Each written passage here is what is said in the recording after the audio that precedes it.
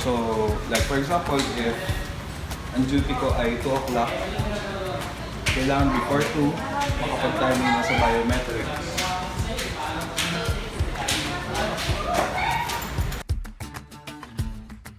So, meron tayong logbook kung saan natin ilalagay yung ating attendance. Dito sa department namin, well, if you are in the pharmacy department, ang una natin gagawin once you enter the room is to check the temperature of the room. Kung, Kaya lang po wala kami dito, may iwan po sa akin reseta. Di ba po? like for May example, iwan po sa akin see this reseta, one. kaya pakiuna Meron po tayong namin. para sa room temperature and para sa bioref temperature. Opo, kahit hindi So, po. kailangan May i-record iwan po natin talaga sa or akin i-check pag bumili po kayo. kung ano ba yung temperature rate for this time. Tapos, ilalog sheet natin siya. Wala- may mabibili We have po a kayo monitoring sheet here. Unahin niyo po. So, if you could see this is for the month of October. And we have the morning temperature recording and the afternoon temperature recording. Same with the bioref.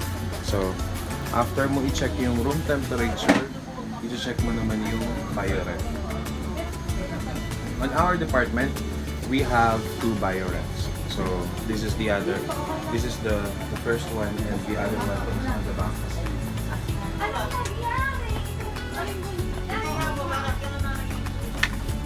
So, yung freezer natin, ang nakastore natin yung ating mga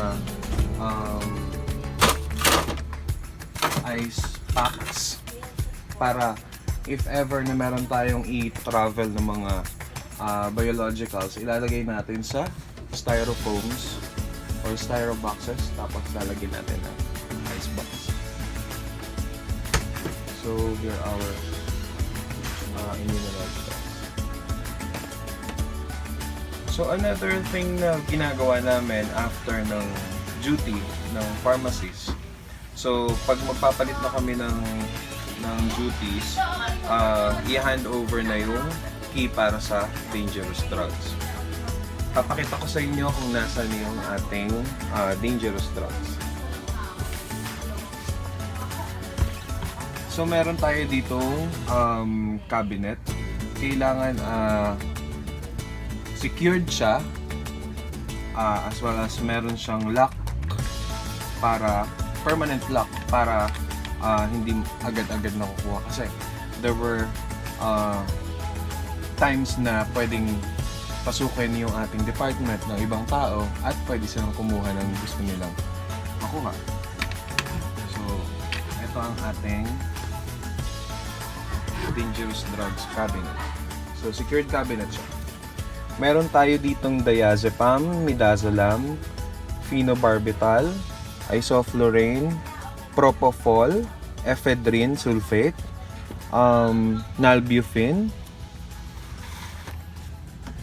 So yung ibang stocks natin na manggagaling sa PIDEA, which is sila yung approving department. Makakapag-dispense lang tayo ng dangerous drugs kung merong yellow prescriptions yung ating pasyente na inisyu ng doktor, but the doctor has a license from PIDEA also.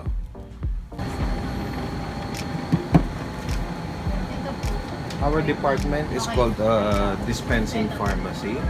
So, ito yung sample natin ng dispensing. First, kukunin natin ang reseta na pinresent ng Ito po, ano po patient. pangalan? Mark. Tapos, i-charge ulit natin ng bawat reseta, lalo na kung inpatient ito. Mark Daniel Alcaide po. So, meron tayong different forms. Like, for example, kung inpatient siya, meron tayong record na Ano na po para namin sa reseta po? Ano? different wards. Ay, Meron tayong pedia ward, medical ward, ito po, dalawang OB piraso ward, lang po. at saka operating room ward. Tapos yung po paracetamol, piso lang po. Outpatient naman ng pasyente, dispensing din. Ang mangyayari lang, i-charge natin yung gamot, tapos babayaran sa cashier, at pagkabayad sa cashier, babalik na yung pasyente sa atin. and then i-dispense na natin yung gamot nila. Pakashare po mababa niya. Pa-share po, tapos babalik po dito. Dali na rin. Ay, asa na po ba? Pangalan po, Prudential Kabuat. Dito sa ating compounding area, nire-reconstitute natin yung mga syrups or mga suspensions na kailangan ng mga pasyente, lalo na sa mga pedia. So, meron tayong graduated cylinder at saka distilled water pang timpla ng mga suspensions natin. Tapos meron naman tayong pill counter kung ang mga gamot natin ay naka-bottle at ilang piraso lang yung kailangan. Daily routine natin ay yung pagre-refill ng mga stocks natin sa shelves or gondolas. We are strictly following the order of FEFO. Ang ibig sabihin niya ay first expiry, first to out. So unlike sa mga foods, FIFO naman siya. First in, first out. So pag drugs tayo, first expiry, first to be out. So ito po yung sa may dispensing steps natin. So once po na present sa atin yung reseta, i-check muna natin kung meron tayong stocks, and then we'll find out kung ano ba yung expiry ng stocks natin. If the stocks are good, pwede natin sabihin sa pasyente na meron tayo na itong nasa reseta. Tapos ngayon, i-charge slip natin siya. We're gonna input the date, the name of the patient, address, at kung saang ward ba siya galing. Kung OPD ba siya or outpatient or inpatient na pasyente. Okay.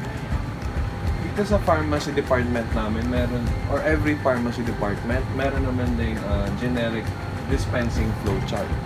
So, meron tayong dalawang klase under generics dispensing flowchart, which is the prescription drugs at saka mga over-the-counter drugs. So, alam na natin yan as a student also. Pag ang isang gamot ay merong RX symbol na nakalagay, kailangan ng prescriptions. Gamot naman ay walang nakalagay na RX, pwede natin i-dispense ito without prescriptions.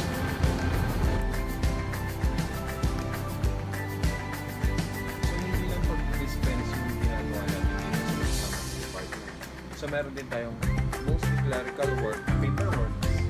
So, every day shift, at the end of our shift, ilalagay natin sa isang forms lahat ng mga na-dispense natin na medicines. So, we have a record here which is called the income proof report. Lahat ng mga charge slip number, i-input natin dito, and then together with the patient's name. Pag end na ng shift namin, i-record mo ulit yung output dito sa ating nalagay natin. So, i-input mo dito kung anong oras ka nag-out at kung anong day